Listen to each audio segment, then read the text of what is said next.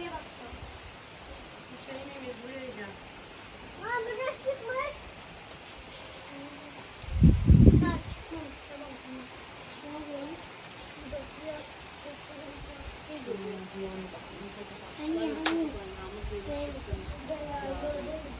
Ay yemek sık yağmur.